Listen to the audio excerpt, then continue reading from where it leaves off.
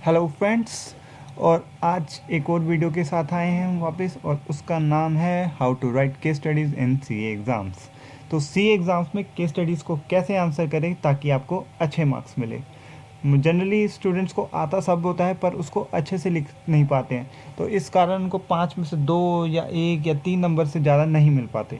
तो हम देखते हैं कि कैसे हम लिख सकते हैं ताकि हमें 4 या 4 से ज़्यादा नंबर मिले आउट ऑफ 5।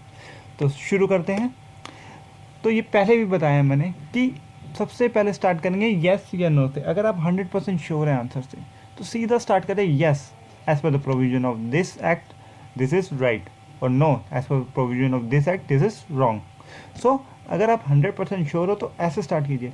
4 नंबर कहीं नहीं गए अगर आपने सेक्शन भी लिखा हो तो 4 नंबर कहीं नहीं गए। उसके बाद रीज़न बताएंगे कि कौन से प्रोविज़न एप्लीकेबल है, क्या उस प्रोविज़न का कंटेंट क्या है, और फर्दर पॉइंट्स कि इस केस से कैसे रिलेट कर रहा है वो प्रोविज़न। तो इसको ज्वाइन करके एक रीज़न की हेडिंग सब हेडिंग दे के सब हेडिंग में पॉइंट 1, पॉइंट 2, पॉइंट 3 तो इसे बुलेट पॉइंट्स में लिखेंगे और स्टेप बाय स्टेप लिखेंगे ताकि पेपर चेकर को देखने में आसानी हो और चेक करने में आसानी हो। उसके बाद कंक्लूजन लिख देंगे। जो ऊपर सारा हमने समझाया उसको 2-3 लाइनों में जोड़ देंगे कि as explained above this is applicable to this case only and the above case is applicable और नॉट एप्लीकेबल एज, जो भी आपका यस या नो है तो उसको एक बार रिपीट कर देंगे। तो इसलिए जो अगर आप एग्जामिनर को सिर्फ कंक्लूजन देख के ही पता लग जाए ऊपर क्या लिखा है उसमें, ठीक है। और लास्ट में सजेशन दे सकते हैं कि अगर आपको लगता है कि अगर ये एक और प्रोविज़न लगता है इस पर तो कुछ और भी हो सकता था, तो लिख सकते हैं ना, अगर इसका कोई और मीनिंग निकाले तो ये किसी और प्रोविजन से एप्लीकेबल हो सकता है। तो सजेशन टाइप दे सकते हैं। ये हर क्वेश्चन में एप्लीकेबल नहीं होएगा, किसी किसी केसेस में एप्लीकेबल होएगा सिर्फ। तो इसको एक एग्जांपल्स की तरह देखते हैं, ठीक है।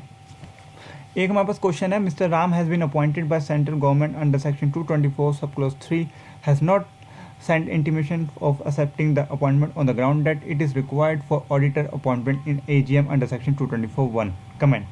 तो ये क्वेश्चन आया है हमारे पास। इस क्वेश्चन में क्या कहता है, ऑडिटर ने अपनी इंटीमेशन नहीं भेजी है आरओसी को कि वो अपॉइंट किया गया है, क्योंकि वो अपॉइंट किया गया है गवर्नमेंट द्वारा ना कि कंपनी द्वारा। तो इसमें हम क्या पहले लिखेंगे, सबसे पहले आंसर क्या है, no, mister Ram has not required to send the intimation as he is appointed by central government not the company, ठीक है। उसके बाद जो हमारे रीज़न वाला आता है, तो रीज़न वाले में सबसे पहला स्टेप क्या है, तो अपना प्रोविज़न लिख देंगे कि कौन सा प्रोविज़न लगता है, कि 224(1) लगता है, कि उसमें कहता है कि अपॉइंटमेंट करने के 30 दिन के बाद आपको इंटीमेशन भेजना है 23B फॉर्म के अंदर आरओसी को। अब फैक्ट बताएंगे किस इसके, तो इस केस में क्या हुआ है, 221 में नहीं किया है, 224 सब क्लोज 1 में नहीं किया है, 224 सब क्लोज 3 में किया है, क्योंकि सेंट्रल गवर्नमेंट द्वारा किया गया हुआ है, ठीक है।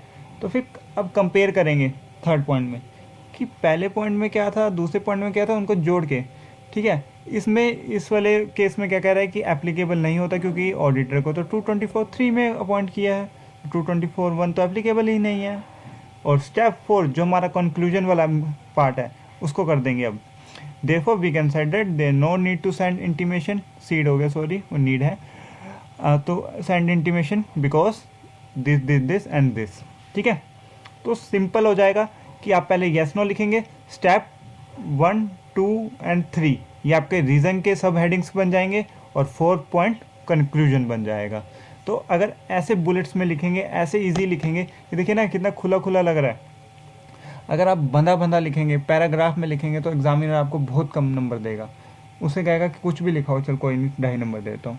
अगर उसी चीज़ को आप बुलेट पॉइंट्स में लिखोगे तो बहुत अच्छे से मार्क्स ले सकते हैं आप। मैंने भी यही किया था, मैंने 90 नंबर्स का लॉ में अटैम्प्ट किया था, मेरे को 70 नंबर मिल गए थे क्योंकि मैंने ऐसे ही अटैम्प्ट किया था सारा का सारा। तो ज़रूर करिए फॉलो और मुझे सब्सक्राइब कीजिए मेरे चैनल को, और फीडबैक देने के लिए फेसबुक या ट्विटर पे आप मेरे को फॉलो कर सकते हैं या कमेंट भेज सकते हैं अपने, और हमारी वेबसाइट cnotes.in पे ज़रूर विज़िट कीजिए, बहुत अपडेट्स मिलेंगे आपको वहाँ पे। So thank you, bye bye.